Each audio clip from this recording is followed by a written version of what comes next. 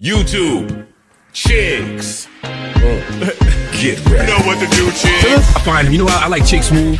Chick Smooth is somebody I really enjoy listening to on YouTube because Chick just got an intellectual curiosity about things. Oh boy, here we go, you guys. Looks like Meek Mill is tired of being looked at as the poster boy of a loser in a battle. Now, don't get it twisted, you guys. It's not really a bad thing, right? People use Meek as an example of somebody who went into a battle with another rapper, took an L, and took it gracefully. Meek was not a sore loser after he lost to Drake. He did not file a lawsuit and sue Drake. Meek lost and simply just moved on. So every single time people try to feel sorry for Drake and sympathize with him, everyone says, wait, why are you guys feeling bad for this guy? We never felt bad for Meek when he lost. Now, this all comes after Jay-Z made the statements that maybe we shouldn't include battle rapping in hip-hop. Rappers have been going at each other, dissing each other, battle rapping each other for decades now. But it feels like after this Drake and Kendrick battle, people are now trying to bend the rules and change the rules on behalf of Drake. Now, on his podcast, The Brilliant Idiots, Charlamagne was critical of Drake. He said Drake simply did not know how to move on. Charlamagne actually blamed Drake for the reason why his stans are going crazy every single day. According to Charlamagne, if Drake moves on from a battle, well, so does his stans. Now, along that same conversation, Charlamagne used Meek Mill as somebody who gracefully took an L, but never recovered from it. Here's what he said. Right? Yeah, Sadly, Pac and Biggie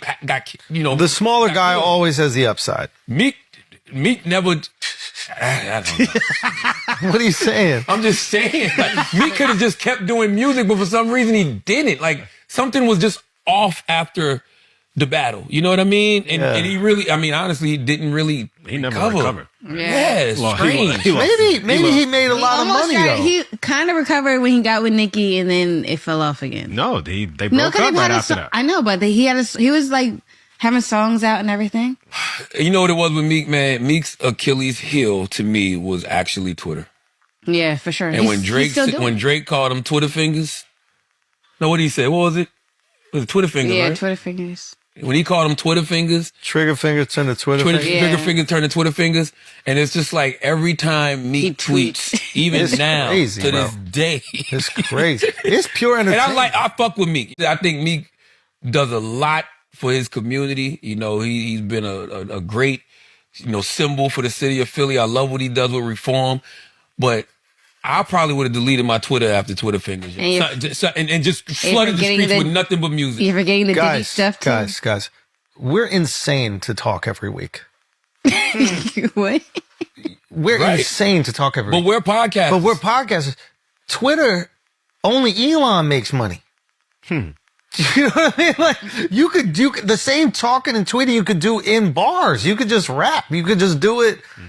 It's a kind of crazy thing that people are actively still talking. Yeah, man. At that level. Meek should have doubled, tripled down on just rap. Just rap. Like, cause he's nice.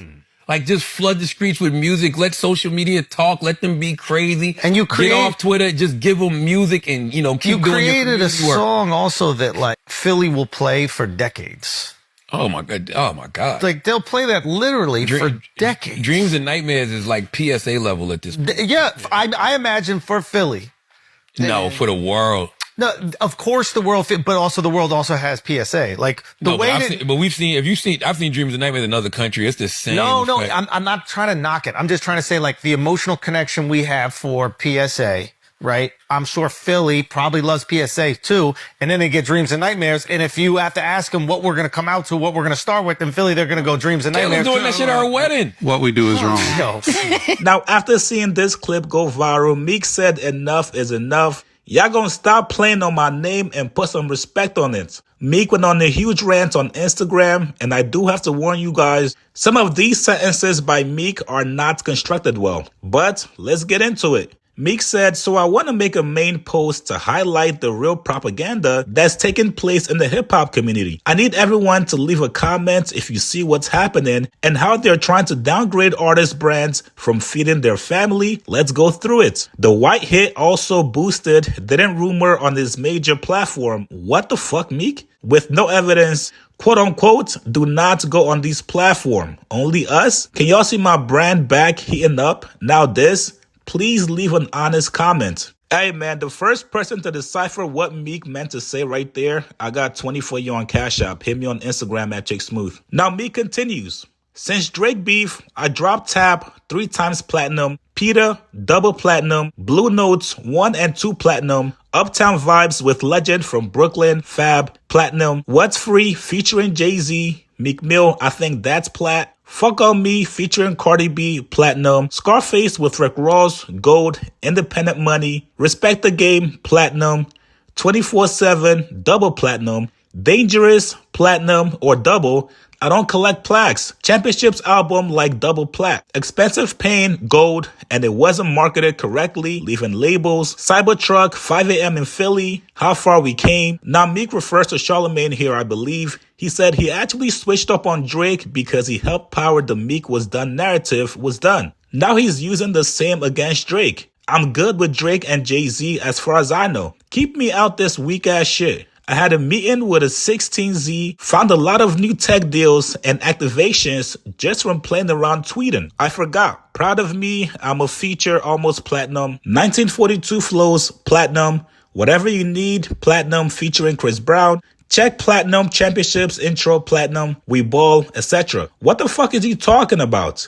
We gotta keep a close eye on this cat. I think he feel like he in the closet. Gay man that hates successful black men unless he doing business with them. But I could be wrong. Oh, and I'm powering, helping pop like 10 artists off the East. No cash gain for charity. I'm really the one, but it's some real propaganda on my brand and I want to investigate it. That Diddy shit wasn't normal. I'm a real trench baby. Earned play in front of the world. I'd rather die than disrespect what I put blood, sweat, and tears in my concerts jumping. I felt blackballed for a minute. I'm just savage. I get what I want. Meek continues, he says, and it's amazing, I'm the only rapper with a foundation that raised over 50 M's, changing laws, and helping restructure the probation system with a big gay campaign on him and campaigns. He tweets too much. That's all algorithm speech. Never let them silence you. It cannot affect me. I am the one, but y'all know that. So as you guys can see, Meek is basically saying, yo, since the Drake beef, I've been good. My records have been going crazy. And despite whatever machine is trying to keep me down, I'm still prevailing. Now, I do not blame Meek for responding this way. Obviously, if you feel like somebody is constantly trying to paint you in a negative light or trying to diminish your career, yeah, you gotta pop your shit and show off. However, just like every single time Meek tweets about propaganda being against him, the algorithm being against him, it really makes me feel like Meek is really in his own bubble. Charlamagne is not the only person that feels like this. A lot of people feel like since the Drake beef, your career has not been the same. That's not to say that you're trash or you're making weak records. The way we look at Meek Mill now in 2026 is certainly not the same way we looked at Meek back in 2012, before the Drake beef. And to be fair to Meek, that's normal. Anytime there's a loser in a rap battle, 9 times out of 10, that person's career does not look the same. And we see the same thing in a lot of sports, whether it's basketball or boxing. Anytime people see you lose, they're going to look at you in a different light until you win again. Doesn't mean you fell off or people are targeting you. You guys get in the comments below. What do you guys make of Meek's response back to Charlamagne? Like this video, subscribe to my channel. I'll see you guys later, man.